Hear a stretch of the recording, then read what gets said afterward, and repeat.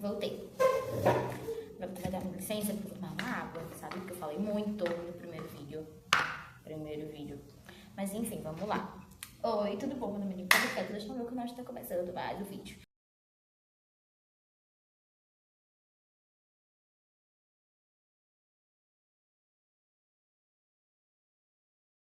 E eu espero que seja o último, porque eu vou tentar acelerar aqui. Enfim, e aí passou, quando comecei a ir com mais frequência, o meu leite também começou a descer no terceiro dia de operação, né? No caso, no dia 9 pro dia 10, mais ou menos. E aí lá na Santa Casa tem banco de leite. Eu chamei as meninas do banco de leite pra ir lá olhar, porque meu peito tava queimando, meu peito queimava, ele coçava, ele ardia. Era horrível. Ninguém falou que a descida do leite é horrível desse jeito. Ai, porque o amamentar é lindo. É lindo demais. Mas, gente, que sofrimento é esse, hein? Já não basta as cólicas, você fala, é quase rápido. Tem um peito queimando, quentei, né? Presta, porque era o leite que tava descendo, né? Como eu não tava estimulando, não tava fazendo nada, deixa eu ver se eu consigo mostrar pra vocês.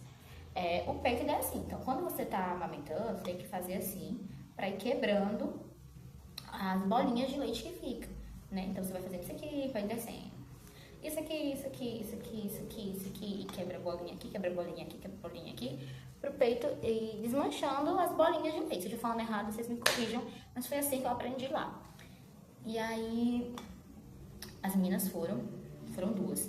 Uma mexeu no peito, outra mexeu no outro, eu fui péssima, chorando, eu gritando de dor. E elas levaram o potinho, tiraram um pouquinho, bem pouquinho mesmo, porque não podia tirar muito, porque era o colostro, né, que era pro bebê.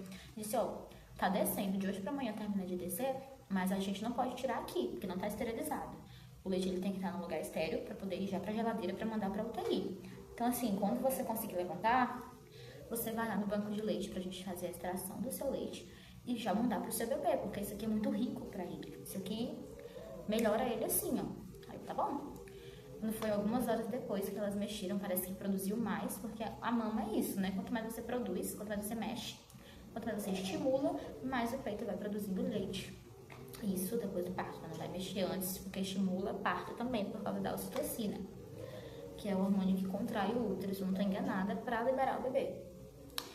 E aí, mexeram, né, no meu peitinho, produziu leite, eu fui lá, tirei o leite, tirei alguns ml e mandou pros meninos. Eles não estavam começando a tomar leite ainda, mas já ia deixar leite lá disponível pra eles, pra quando a médica solicitasse, porque eles não podiam tomar leite assim que nascesse, né, por causa dos exames que eles tinham que fazer, da prematuridade. Eles estavam tomando um soro que fazia o mesmo efeito do leite, né, segundo elas. Embora pra mim nada substitui o leite materno não, mas ela disse que esse soro supria ele, né, supriria ele da mesma forma que o leite. Não era por muito tempo, também era só o tempo dos exames, mas pra não atrapalhar, porque tem exame que não pode fazer com leite no organismo. E aí, um desses exames foi que a médica disse que o Boaz, ele teve hemorragia pulmonar quando nasceu, por causa do tubo. Na hora de passar o tubo, machucou o pulmãozinho dele, ele teve uma hemorragia e estavam tratando. Ninguém me contou isso na hora, né, porque eu acho que eu tava tão sensibilizada com tudo, né, passei 10 dias sem querer vê-los e tudo. Sem querer não, sem conseguir vê-los, né, e tudo. E aí, depois que eu vim saber, já tinham tratado, ele já tava bem, isso não tinha nenhum risco pra ele, nem nada do tipo. E foi. Daí em diante foram só conquistas. Eu fui conseguindo me levantar, fui conseguindo me erguer, eu tirava já bastante leite, até que veio a minha alta. E é isso, bebê de UTI, você não pode ficar dentro da UTI com ele. Você tem que ir pra casa. A minha sorte é que a mãe do Vitor tem parentes em Fortaleza, então a gente ficou na casa dessa parente dela. E todo dia a gente ia pro hospital, passava o dia no hospital. Ela ia comigo mais por suporte, né? Porque como eu tava operada, eu precisava desse suporte. Ela ia comigo o dia inteiro no hospital. A gente ia tipo 7, 8 da manhã, voltava 7, 8 da noite. Porque tem horário pra você sair do hospital, né? Você não pode dormir lá. Mesmo sendo num banco, você não pode, você tem que ir pra casa. E aí eu podia ficar até mais 5, 6, eu enrolava pra ficar até 7, 8 horas, porque eu não queria soltar eles. Depois que esse bloqueio passou, eu entendi que era um Deus. Eu tô pulando muita coisa, mas teve uma... Antes de eu ganhar alta, eu não tinha conseguido pegar neles ainda. Eu já tava com quase 5, 6, 7 dias que eu tinha ganhado eles, não tinha pegado eles no colo ainda. E aí uma enfermeira muito da doida olhou pra mim e disse, você já pegou eles? Eu digo, não. Na mãozinha deles, eu digo, não. A moça disse, não pode tocar. Ela disse, como assim seu filho é seu? vá lá e exija pegar no seu filho. Eu digo, tá bom. Então, enquanto eu tava me arrumando pra ir lá, ela já tinha ido. Ela tinha feito um escândalo, ela fechou a UTI. Aí quando eu cheguei, a moça disse, você quer pegar neles? Eu não sabia nem como é que reagia, como é que respirava, o que que fazia, porque eu nunca tinha pego num bebê tão pequeno. E eu ia pegar em 2 bebês tão pequenos, ia pegar nos meus bebês. Era minha responsabilidade. O primeiro contato era que a ficha ia cair, eu ia sentir o cheiro, eu ia sentir o corpinho, eu ia sentir o toque. Eu sabia que se eu sentisse, eu não ia querer devolver, porque é meu. E a sensação que eu tinha era isso, que eu pegava, cuidava, zelava com todo amor do mundo, toda a paciência. E a gente não entende muito bem o que um recém-nascido quer, ainda mais um recém-nascido prematuro, um recém-nascido com baixo peso, e aí é mais difícil de pegar ainda. Eu vou deixar aqui uns vídeos, nesse vídeo aqui, de como foi fazer o método canguru com eles, que é isso aí que eu vou contar agora. E aí eu peguei na mãozinha e eu parecia assim, tá no céu. A sensação de pegar o seu filho, mesmo que seja na mãozinha, é de ir ao céu. É indescritível essa criação do Senhor. Tipo, você gestar uma criança, minha gestação inteira, ela foi super problemática. Ela foi super difícil, eu sofri muita coisa, eu aguentei muita coisa, eu abri mão de muitas coisas pela vida dos meus filhos. E mesmo que hoje a gente passe algumas coisas, eu não me arrependo, eu não faria diferente, a vida deles vai vir em primeiro lugar, sempre. A minha primeira escolha de vida sempre vai ser eles, sempre vai ser o bem-estar deles. E desde a gestação que tem sido assim. E aí quando essa criança saiu, eu não vi essas crianças, eu não toquei nessas crianças. Eu tive esse cefaleia pós-RAC, que é um cuidado com a mãe que não teve.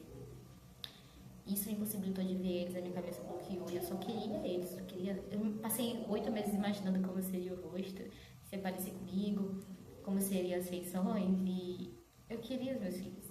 Eu queria vê-los, eu queria senti-los. Eram os meus filhos, sabe? Eu esperei muito.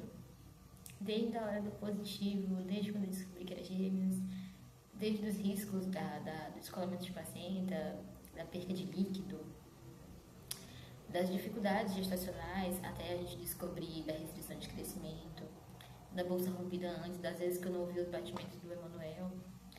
Eu queria eles, eu sempre quis.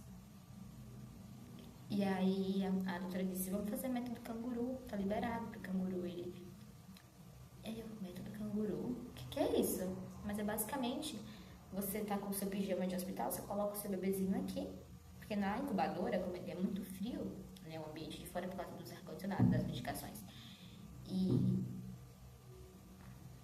na incubadora muito quente, eles ficam só de fraldinha, né?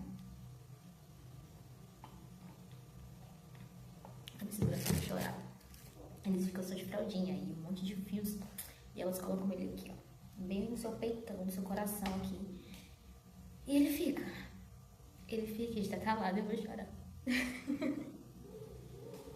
Ele fica lá pregadinho no seu peito, e aí você pode conversar, você pode tocar, você pode cheirar assim a cabecinha.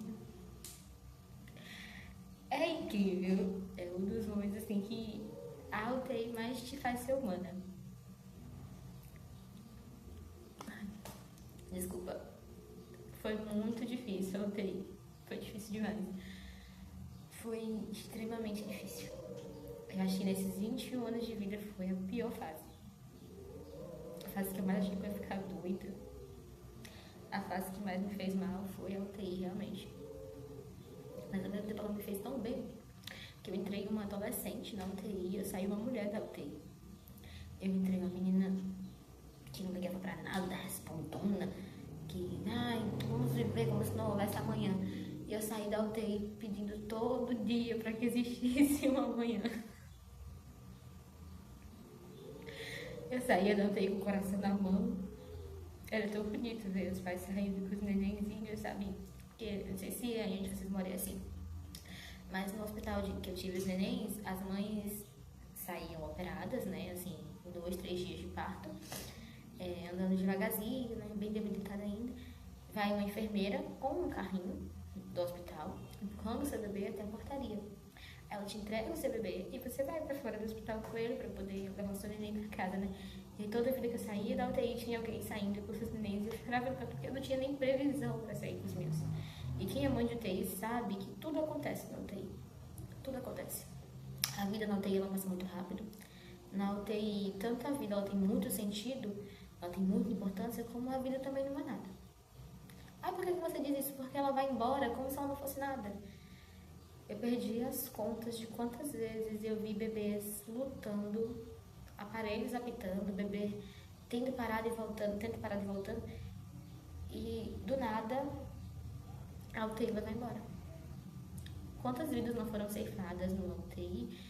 E aí levava o corpinho pra sala, né, de preparação, que eu acho. Aquele berço ficava vazio. Daqui a alguns minutos limpavam o berço, nascia mais uma criança, precisava daquele berço e aquele berço já estava ocupado de novo. É como se não desse tempo nem sentir o luto para as enfermeiras, né? Embora cada bebê que entra ali marque elas de uma forma assim, fora de série. E aí depois de uns dias, eu já estava pegando eles no canguru, né, aqui. Eu fui pra casa, uma certa noite, quando eu voltei, um dos meus bebês não estavam lá, na UTI, onde eu estava procurando. E aí eu olhei todos os berços, todos, olhei pra mim e disse, cadê meu bebê? Desesperada. Ela fala com a doutora, gente, não faz isso com a mãe de UTI, não. Não faz isso com a mãe de UTI, porque a mãe de UTI ela não tem coração, ela vai dormir pensando em tudo. Isso quando ela dorme, também tem isso. Doutora, pelo amor de Deus, cadê o meu bebê? E eu não falava com médicos, porque eu tinha muita vergonha. Eu falava assim com a enfermeira, falava com o médico. Aí ela, seu bebê, ele tá bem, mãezinha. Ele foi pro médio risco. E tipo, eu avisa, ela disse, perdão, não deu tempo a gente ligar pra te avisar. Mas um tá no médio risco, o outro já tá aguardando na fila pra quando sair uma vaga, ele ir também. E o coração assim, ó. Por quê? A UTI é um lugar crítico. Médio risco significa que ele não tá mais tão crítico. Ele já tá se preparando para poder ir para casa. Mais ou menos no médio risco é quando ele já parou de tomar medicações controladas, antibióticos, aqui. Basicamente ele está no médio risco só para fazer exames, que demoram um pouco mais, e ganhar peso para poder ir para casa. Ponto. Não tem outra coisa no médio risco. E aí os meninos era basicamente isso. Eles tinham que fazer alguns exames, principalmente o Ian, e o Emanuel tinha que ganhar peso, né? Porque só pode sair do hospital com 1,8 kg. É o peso mínimo para você poder levar o seu bebê para casa. E aí eles têm que fazer todos os testes. Orelhinha, ouvidinho, linguinha, olhinho, pintinha. Tudo que você imaginar de teste esse menino fez. E aí eles fizeram todos os testes. E em um desses testes, eu falei com a médica. E ela falou que o Ian, que era o bebê que nasceu morto, o bebê de restrição de crescimento, tinha tido uma hemorragia cerebral. Estava tendo, desde o parto, uma hemorragia cerebral. E a gente precisaria repetir o exame dele. O exame que deu pra ver isso, que é uma ultrassom da cabecinha. Que agora eu esqueci o nome da ultrassom. Ultrassom transfontanelar, lembrei. Que é pra ver se tem alguma malformação cerebral por causa do extremo baixo peso, por causa da prematuridade e tudo. E aí eu disse, beleza. Mas não foi beleza. Meu coração ele parecia que ia sacar fora, sabe? Me parecia que ele ia voar da caixa. Embora o Ian tenha ganhado alta, mas eu vou agora contar um episódio pra vocês que vocês vão entender do que eu tô falando. Eles nasceram no dia 7 de dezembro, no dia 7 de janeiro eles fizeram um mês e ainda estavam internados. No dia 9, o Emanuel ganhou alta, que é o primeiro bebê, o bebê que eu vi e o que eu tenho a foto. Ele ganhou alta, o Ian ficou na UTI e eu levei o Emanuel pra casa. Ali eu tava me sentindo a pessoa mais realizada.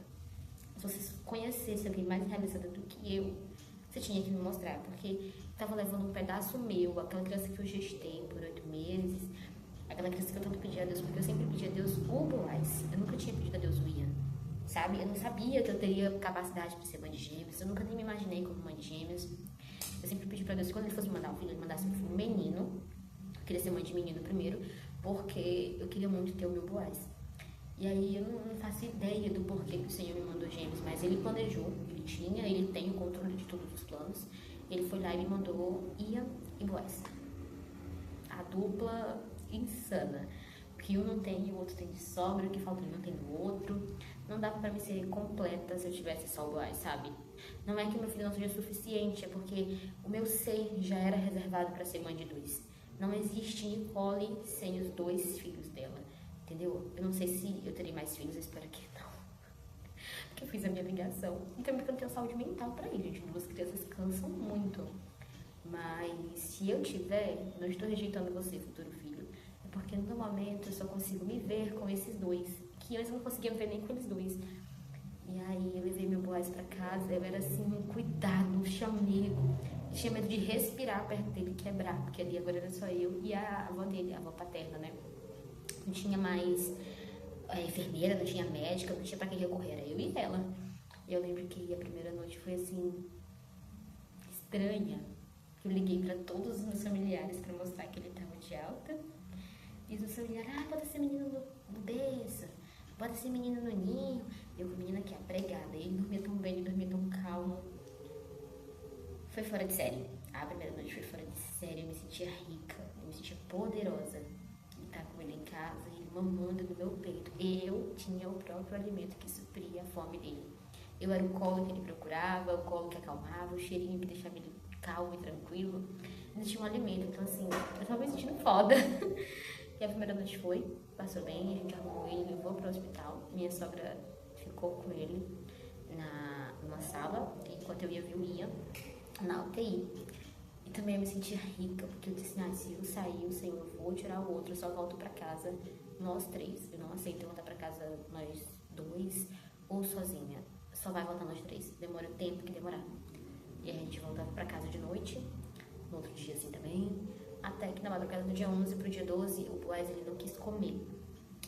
E eu estranhei, mas ele é recém-nascido, então assim, eu tava levando muito em conta os ensinamentos que eu tava recebendo da minha mãe, da minha avó. Não acorda esse menino de noite não, deixa ele acordar no tempo dele, que senão ele vai pegar costume. Beleza, deixei.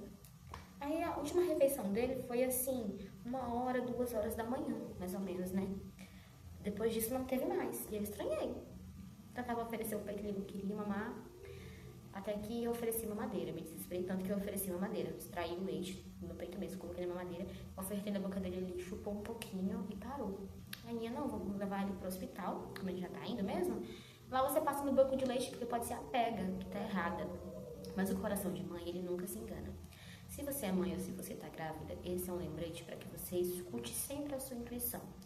Mesmo que a família diga isso, que os mais velhos digam isso, o seu coração, ele conhece o seu bebê melhor do que qualquer médico, melhor do que qualquer ultrassom, melhor do que qualquer exame. Parece que você tem assim um raio-x no olho que você enxerga o seu bebê por dentro. E eu olhava pra ele estava tão esmorecido, ele estava tão abatido, ele estava com uma roupinha amarelinha, ele estava da cor da roupa, de amarelo quase branco. E sonolento, que a gente beliscava ele, eu literalmente beliscava meu filho, e ele não acordava. Ele não tinha resposta, e eu tentando pedir Uber, eu comecei a me desesperar, né? Eu comecei a pedir Uber, tentar pedir Uber, eu não aceitava Uber. Isso aí, porque eu sempre procurava os Uber mais baratos. Mas eu tava tão desesperada que eu tava pegando Uber de R$50 e nada de Uber aceitar. E eu, meu Deus, pelo amor de Deus, não me deixe perder meu filho. Eu não aceito, Senhor. Acho que o Senhor teve tanta raiva de mim nesse tempo, porque eu colocava muito assim, como principal, a minha vontade, meu medo de perder. E eu acho que talvez tenha sido isso que salvou os meninos. E aí eu consegui pegar o Uber dentro do carro, a avó deles percebeu que ele não estava bem e disse, esse menino não tá bem, né, Nicole? Eu sabia que ele não estava bem, mas não queria desesperar ela. Então eu peguei e disse pra ela que ele estava bem, que era só sono e ia passar. Ela começou a desesperar e eu lá dentro de mim pedindo a Deus que não levasse meu filho, que não me deixasse perder ele, porque eu não ia aguentar. E eu fico bem sensível, meu Deus, quando a gente tá falando sobre a reencarnação do Boaz, porque eu me sinto muito culpada. Eu me sinto muito culpada, eu acho na minha cabeça que eu deveria ter percebido antes que ele não estava bem, notado melhor, não ter deixado ele tanto tempo sem mamar, embora isso não tenha interferido no problema dele, eu vou falar mais pra frente. Eu acho que a culpa é minha, eu sempre me culpo muito, eles já estão com 10 meses, eles estão sadios e perfeitos, mas eu nunca vou parar de me culpar, nunca, é uma culpa que eu vou levar pro túmulo realmente. Mãe, ele é um bicho que carrega tudo consigo. Você pode perguntar qualquer coisa pra sua mãe sobre você, sobre suas doenças, se você já foi internada, ela vai lembrar, porque ela guarda como culpa. E aí, quando a gente chegou lá no hospital, tinha que fazer a ficha pra poder entrar. Eu deixei a Aninha fazendo a ficha e eu entrei com ele correndo, porque eu já estava desesperada. Cheguei no banco de leite, já conhecia todas as meninas, porque já estava com mais de um mês que eu estava ali, né? E aí eu pedi ajuda. No que eu pedi ajuda, ela chamou outra pessoa e disse assim, não, esse neném tem que ir pro Albert Sabin. porque ele vai ser internado por desidratação, tá muito tempo sem comer. A culpa aumentou demais aí. E eu me desesperei, porque eu tava com filho na UTI. Como que eu ia internar outra neném e ficar vindo ver esse?